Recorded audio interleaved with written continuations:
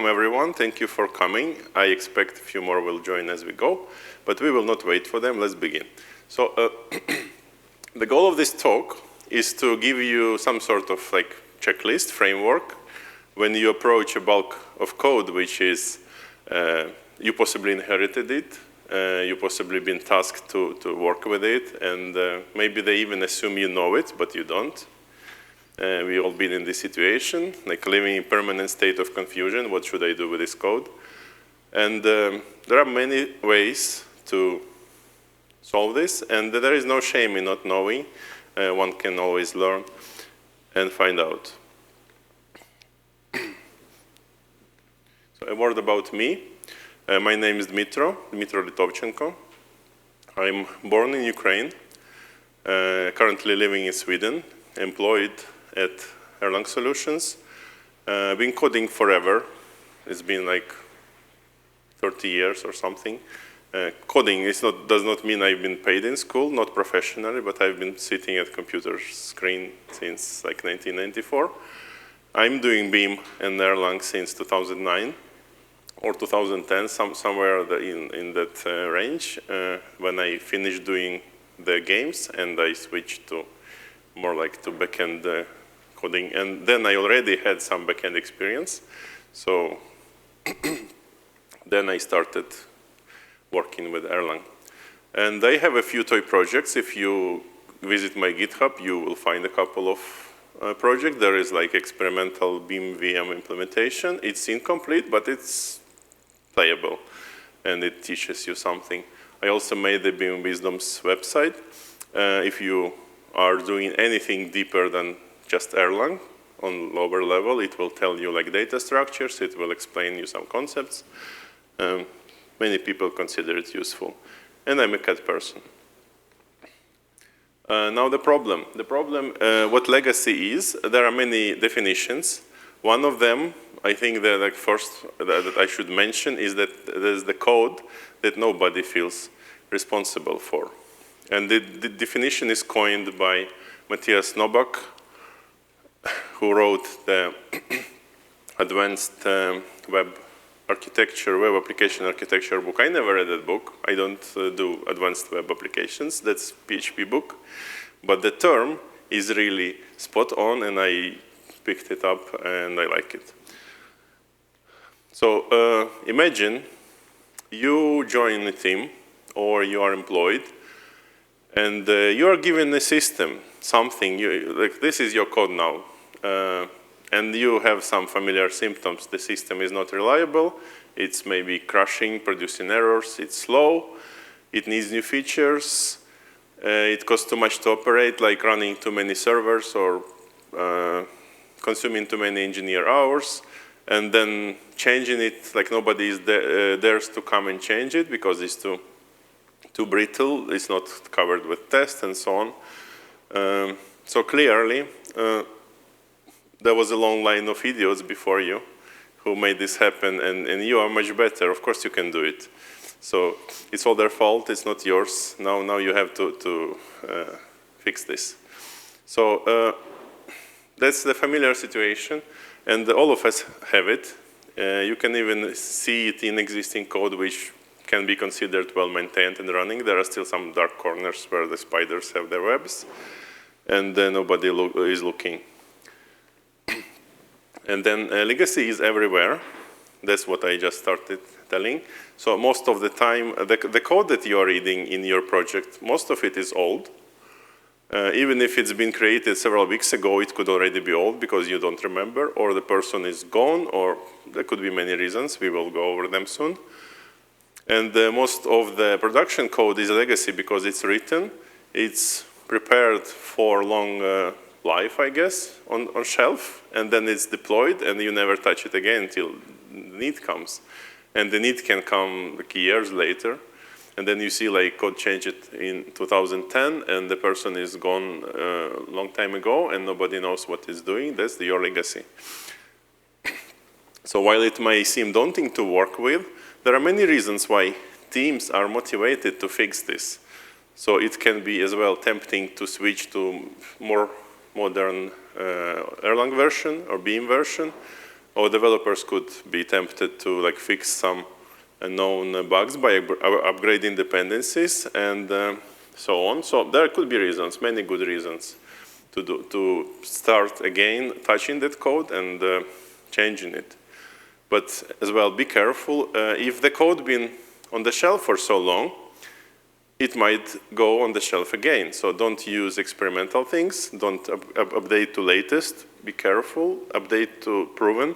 Use verified dependencies. Now, if you have a perfectly good code, you have like code that your team is constantly changing, it's documented, it's tested, so you would say it's not legacy, this is like our code, normal code. But things can change. It can quickly be, it can change the status quickly. So for example, technologies change, like support is over, something like long-term support is over, or the library you were using is out of lifetime, or requirements could change as well. The company will say, like, we don't need this feature anymore, and then this code is instant legacy. Time passes, well, that's causing to previous things. Developers can churn like leaving teams, changing teams, they can quit, they can join. So there are new people who don't remember what this is, people who never knew the reason for this code to exist. So this is just code for them. They don't know what it is embodying. There could be as well organization complexity change. Teams can dissolve. Departments can shift and change. So then the code will change hands. And for the new team, it will be legacy. And the biggest that could happen is like mergers and acquisitions is when the new owner may be less caring or not caring at all. So why this exists, they don't care. It's a like hen laying golden eggs, and they don't care what happens on the way. They just run it together and don't care about the detail. And you as developer will be responsible for making it work. And then you don't know, you don't remember, you see no tests, you see no documentation, and this is where you begin. This is your starting point. So I have an example of something becoming legacy. So one first thing is a new feature is created. It's like it's tested, it's documented, probably, maybe not, maybe it's just created. And the person leaves. Then if they did not have enough time to pass the knowledge is lost, it's legacy. It's passed all the reviews, it's probably already in your main branch, but now it's legacy. You have hard time approaching it. Another way to have legacy come up is when you have, somebody creates a complex feature and then requirements change. It could be law change. Like your company is doing payments and then some new law requirement like know your customer or money laundering or something else, laws change, and then you are forced to not use this anymore. The code becomes dead, unused, and then you have a task to remove it at some point, but before that it will be legacy. It could be like deployment changes. Again, change in deployment means different country, different customers, so some code will be not relevant anymore. Or the feature is dropped. That's a very possible scenario, happens all the time. Another example, that's the team dissolution. If organization changes or shrinks, or it could be some sort of acquisition as well, and the team is dissolved, then the code will change hands. It could be like entire project, part of the project run by your team could change hands. And you will be lucky if one of your team who knows it, who knows this code will also join new team, then they will pass some knowledge. But most of the time, like it's a lottery. So they might just receive your code, the new team will receive your code, and that will be new to them, that will be instant legacy to them. So example, in some abstract company, there was an API team that was doing like network APIs. And that API was connected to every feature in the system. So you as a customer could connect remotely and do like everything the system can do. And then team is dissolved. So what they do, they look around, like what's the most relevant team? Probably payments. We do payments, so that the API was doing payments, and let's give to them. And now you have payments team receiving API, like network code, which was designed around some sort of JSON schema, some sort of requirements that they don't remember, they don't know. They receive a bulk of code they don't understand. And maybe 1 or 2 person join along with the code, so then they can continue function. But it's not always. Sometimes it's just code. It will be like going under the rug and never looked at again. That's the legacy. And could be you who is sent to fix it. Some things are created as legacy. So it could be like badly written code when person skips, cuts corners, skips documentation, skips testing. It could be like in sometimes not enough time, not enough people sent to this code, but there are deadlines and they keep working hard and they need to deliver. So they will cut corners, absolutely. Sometimes it's solving their own problem. If you don't check the person developing in the NU, they might be solving something else and they deliver and you don't know what it is. And magically it can pass reviews and be merged. So you will have code that does not solve what it has to solve. Or it can be extra code that's like over-engineered code. Or code nobody knows why it's written. Probably there was a good reason, but the person left no mark. There's example. There is example. So some developer will try a new experimental library. Like all modern library just posted yesterday on Hacker News, let's try it. So the code works. Well, you cannot take that away, it works. It passes the review, people say, yeah, it's great, like let's have it. And the developer is smart, so you cannot say, well, they are not stupid, they do good code, they do like good feature. But there's a problem, it's complex. So an average developer will have trouble reading and understanding it. After them, if they leave or busy or something happens, like go get under the bus, that's a problem. So nobody knows how to work with this code. And then the prototype is delivered and nobody is touching it because it's like too complex, what will you do?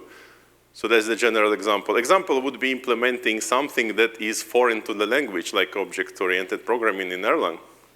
And you may smile, but this exists. There is a company which did it. Or monadic calculations, there is another company which did it. Before the maybe keyword was introduced, there was one company at least using monadic calculations to chain calculate, stop on errors, and continue if there is no error, and then do like long chains of conditions and calculations. That code is dreaded. People don't know how to debug it. People don't know how to approach it. It's legacy. The person is gone. They just left the company. So will such code work? Of course, yes, it will. Yeah, the person who made it, it was smart. The code is good. But will it be easy to modify? No, it's complex. Nobody can really approach it.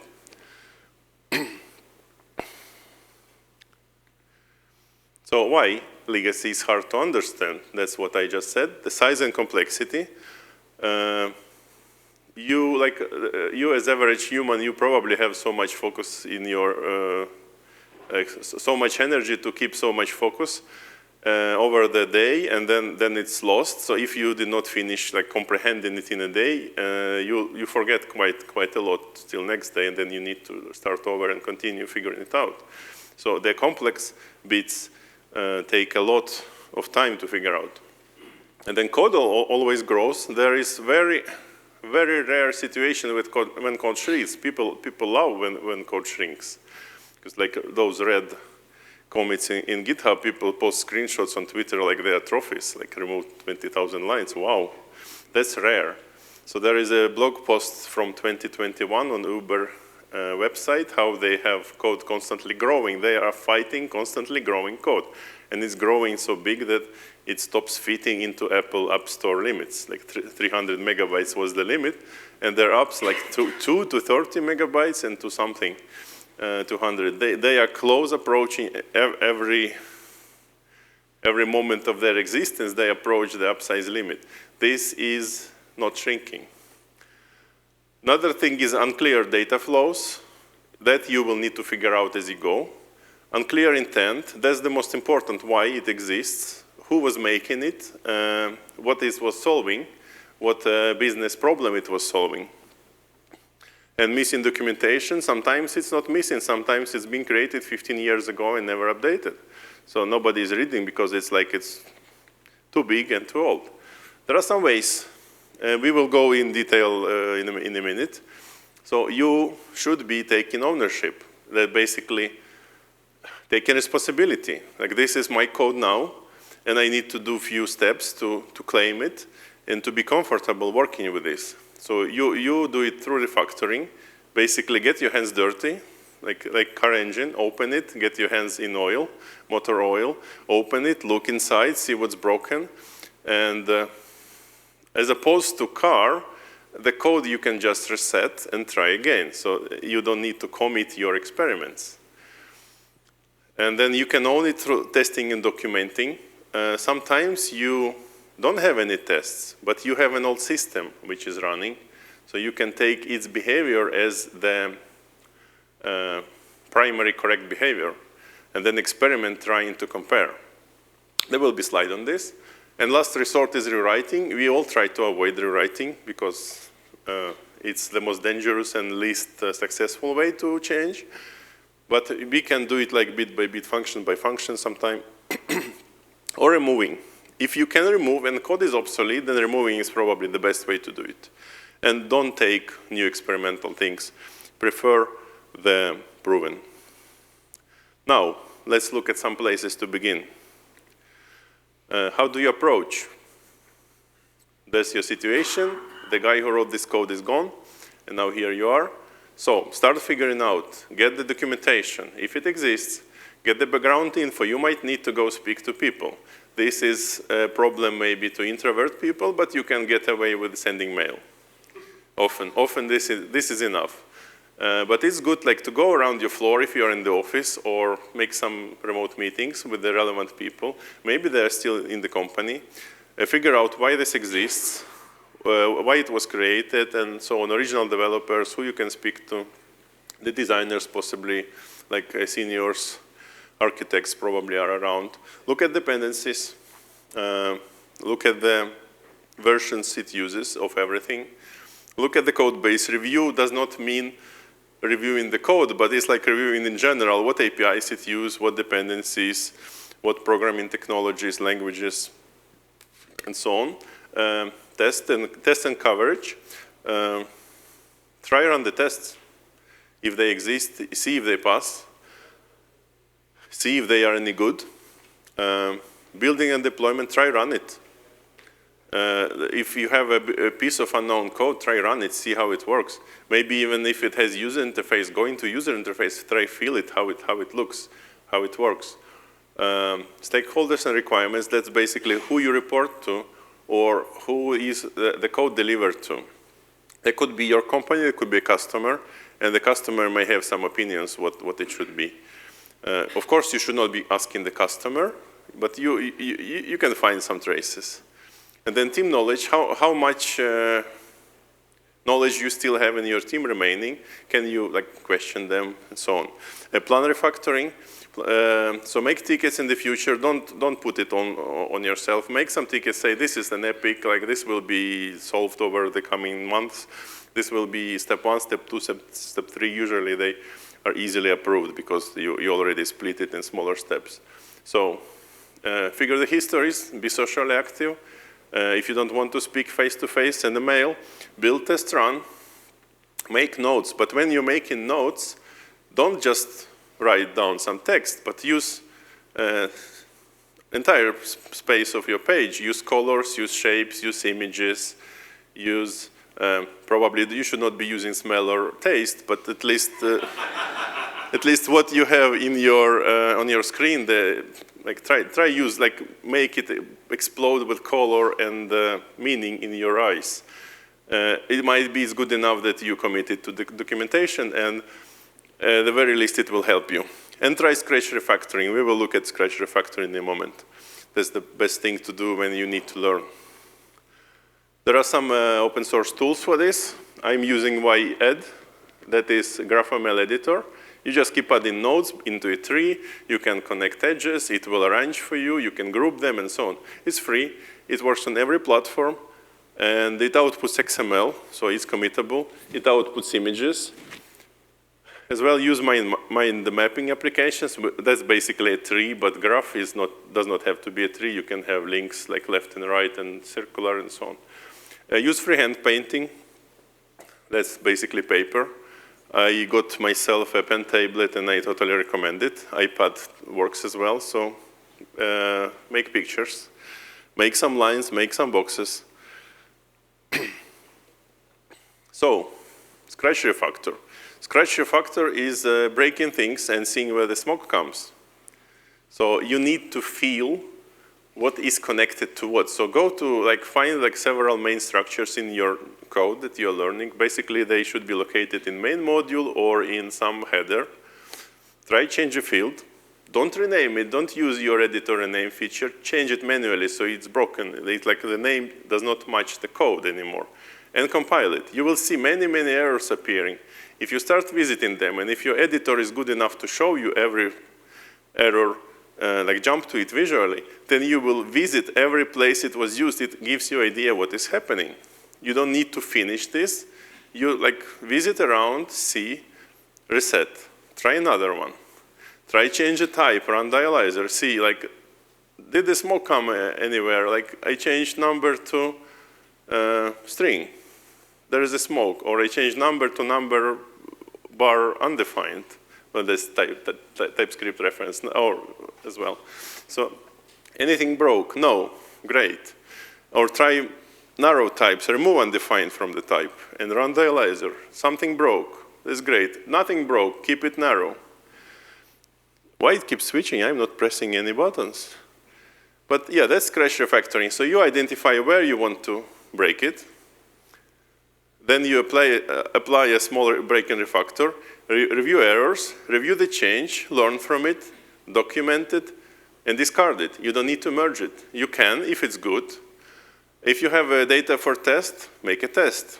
If not, continue. But you come out of this having learned something. Let's look at code coupling and cohesion. This is just definitions, so it helps knowing that this exists and how you can look at your code with different eyes. So code coupling is when one code knows too much about another code. You don't want this to happen too often, because if you change one, another will break.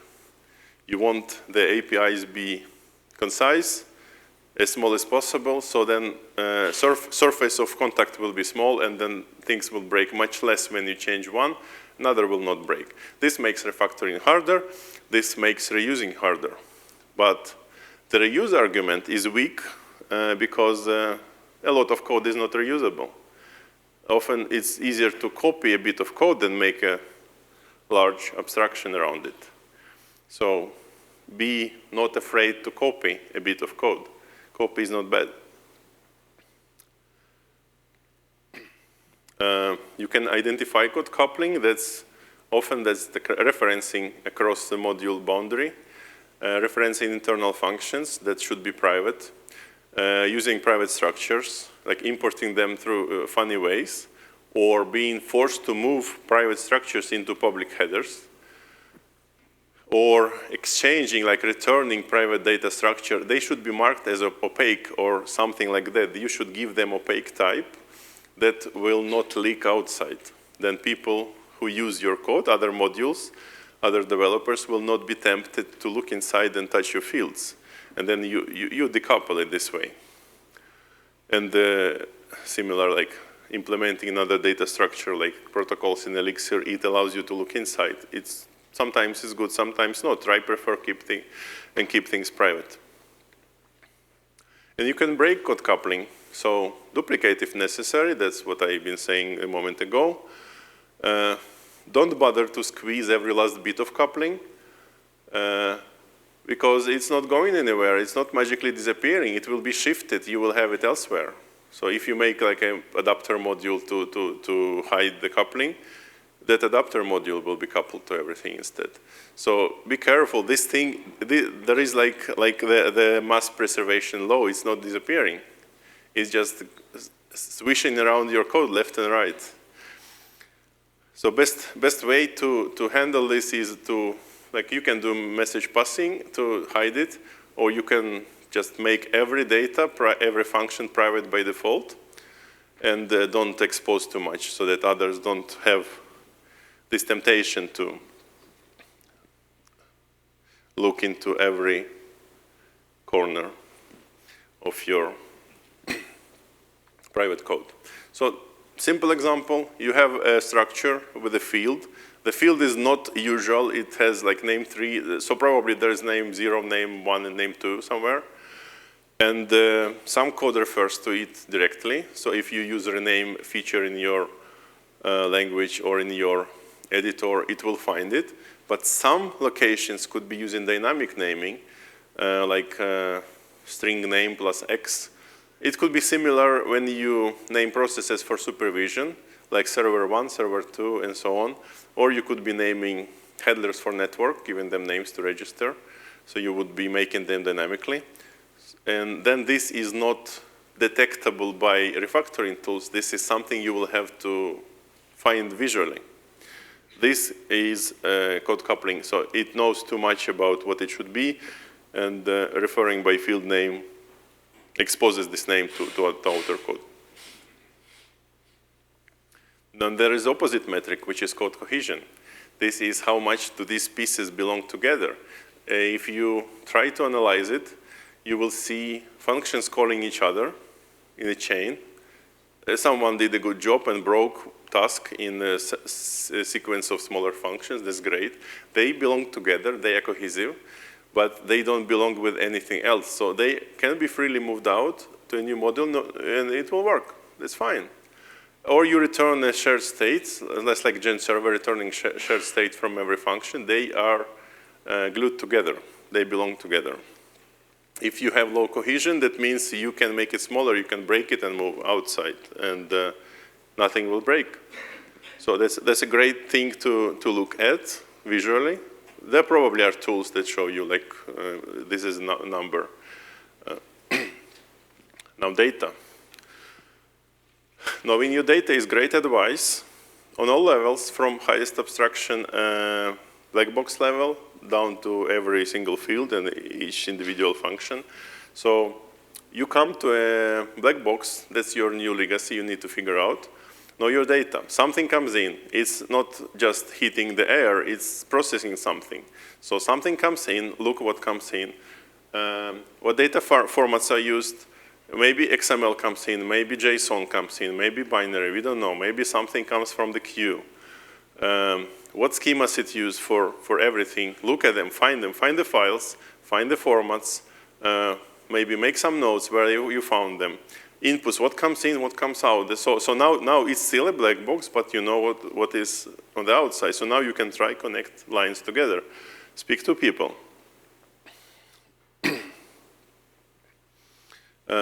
Then identify the flows. Now that you know that something comes in, something comes out, look how it passes through. Find where data is created. Sometimes it comes in, sometimes you make it. Find where it's stored. Like data, it could be database, it could be file storage, it could be cloud. Find it. Similarly, this works for strings. If you upgrade your code from single byte legacy encoding to modern Unicode or multi-byte, then make some lines that delimit where the strings are external, so probably dirty, probably incorrect, and then they pass this boundary, they become Unicode clean, and at some point you will output them. So then another boundary where they leave your system, they will be probably old encoding again. So this helps to have, like, this is clean zone, this is outside zone, which sometimes is dangerous. Ask people, make notes. Transformations. Data is not just flowing, it's transformed. So from one data, another data is born. And sometimes it's like intermediate can be stored, it can be modified. Sometimes it's even same data entering in and out the function, but something is changed. You don't know yet. It's not in the function type. It's not in the description. But it's good to make note that one field has changed. One field was renamed. This can happen. And this should go into the function comment. And it, maybe not in your notes, but this is like local knowledge. So find scripts which do it, find functions, find style sheets, SQL files, everything that describes these transformations. Make notes. Then testing. Testing is hard because you don't know the purpose. You don't know why this code is here. You are confused. It has no tests. But there are a couple of tricks. So one of them is this the situation. You have outdated tests. You have tests which are not working. You have tests which are incomplete or missing. They are poor. They're not testing everything because code has grown and they've been created 10 years ago. It's also badly documented or too hard because tests are like require a lot of setup, or you are testing at the wrong level. You need to set up a lot of environment before you can actually test. That probably means you need to make your own framework for testing, or you are testing the wrong place. So one could say, hell, brother, I have all of that right now in my code. Well, you got some legacy too.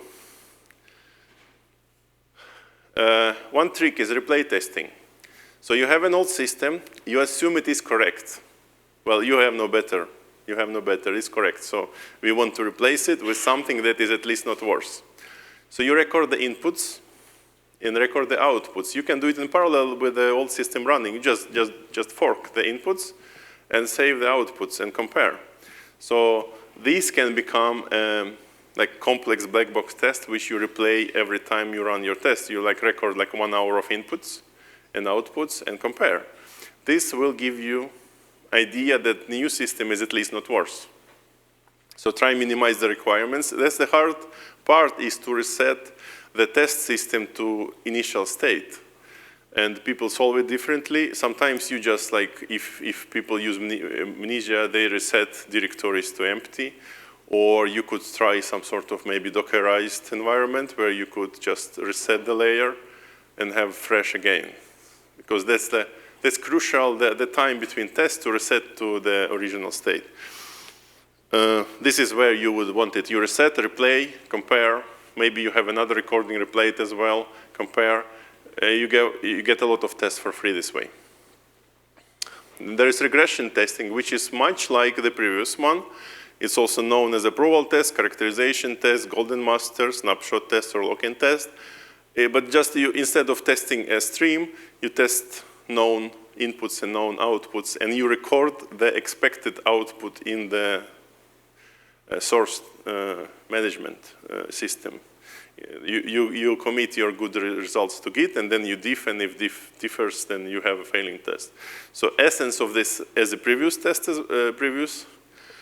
replay test, is to capture existing behavior and have the new one at least not worse. Some more tips. Test the observable, what you see, not what you assume, not what's been said to you, but test what you see and then figure out, is this desired? Is this what I want? Is this, like, maybe the documentation is saying something? Is documentation wrong, or am I wrong, or is test wrong? So test what you see. Try learn the subject. As you go, you will figure out what the system is supposed to be doing, and you can correct your test a bit, and then you can go down to unit tests, because unit tests are the deepest, and they are cheapest, and they are like less representative. They test like small cogs, small gears in your system, not the entire output.